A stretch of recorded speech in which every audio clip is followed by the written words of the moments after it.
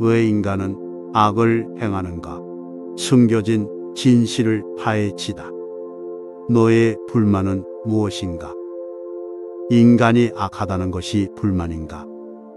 이성을 지닌 존재들은 서로를 위해 지음받았기 때문에 서로를 참아주고 반영하는 것도 정의의 일부이고, 악을 저지르는 것도 원래는 원하지 않는 것이라는 원리를 떠올려보라.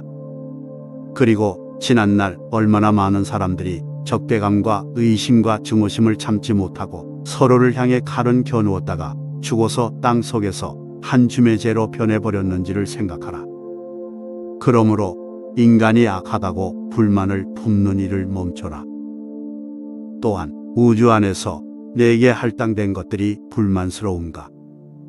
섭리를 따라 살아가거나 원자들로 분해되거나 둘 중에 하나라는 원리를 떠올려보고, 우주는 일종의 국가 같은 것임을 보여주는 무수히 많은 증거들을 떠올려보라. 육신과 관련된 일들이 여전히 너의 마음과 생각을 붙잡고서 놓아주지 않느냐?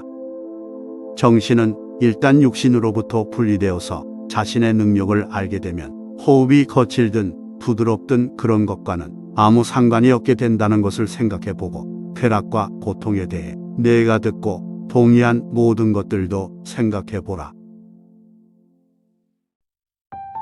마음명상 시청자 여러분, 우리가 종종 느끼는 불만들, 특히 인간의 행동에 대한 그것은 어디에서 오는 걸까요? 인간이 악하다고 느끼는 것은 자연스러운 반응일 수 있습니다. 하지만 우리는 모두 이성을 가진 존재로서 서로를 이해하고 용납하는 것이 정의의 일부임을 기억해야 합니다. 과거의 많은 이들이 적대감과 의심으로 인해 투쟁하다 결국은 모두 같은 땅 속으로 돌아갔습니다. 이러한 사실을 떠올려 보면 현재의 갈등이 얼마나 허무한지 깨닫게 됩니다. 또한 우리가 우주에서 맡은 역할에 대한 불만도 있을 수 있습니다. 우리의 존재는 결국 섭리에 따라 움직이거나 원자로 분해되는 두 가지 경로 중 하나를 따르고 있습니다. 우주는 거대한 국가와 같이 수많은 부분들이 서로 연결되어 작동하고 있음을 인식하면 우리 각자의 역할이 얼마나 중요한지 이해할 수 있습니다.